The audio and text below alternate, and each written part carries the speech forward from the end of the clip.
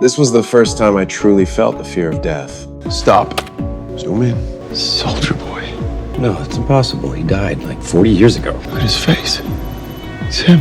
When the surveillance footage was zoomed in, I could hardly believe my eyes. It was Soldier Boy, a soup who had been dead for 40 years. I knew I would be no match for him. The company's fucked. I'm fucked. Oh, God, if the company falls, I fall. Oh, fuck. I found my teammate Noir, hoping he could help me take on Soldier Boy. However, after I left, Noir pulled out a knife and stabbed it into his own arm, digging out the tracking chip inside. He handed it to a nearby staff member and quickly fled. I never expected that the invincible Noir would also choose to run when faced with Soldier Boy. At that moment, a scruffy, bearded man was walking down the street. His appearance was completely out of place in this era. This man was none other than Soldier Boy, who had escaped from a laboratory. He was once Vaught's very first superhero, but now he had been reduced to a beggar. Just then, music began playing from somewhere nearby. Instantly, a wave of agonizing memories flooded his mind, and his body started to lose control, going berserk.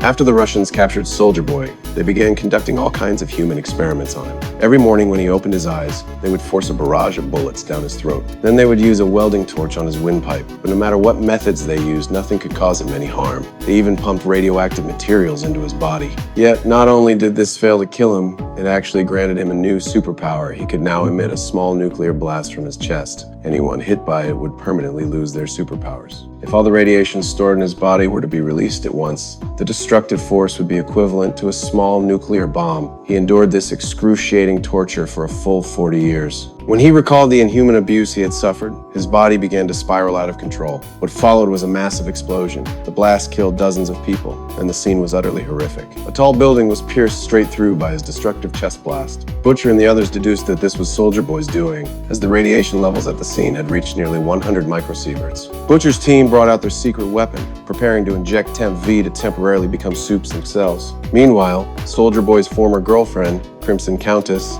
was live streaming, hoping to earn gift donations from viewers through her special performance. Suddenly, Butcher burst in and tied her to a chair, telling her that her old flame Soldier Boy would be arriving soon. Upon hearing this, Crimson Countess was overcome with terror. She begged Butcher to let her go immediately, warning that everyone present would die. But Butcher intended to use her as bait. There was no way he would release her. Soon, the needle on the radiation meter began to spike rapidly. Soldier Boy had arrived. You're that asshole from the lab. That's right. I was thinking that you and I have come to a little arrangement, what you lot call a team up.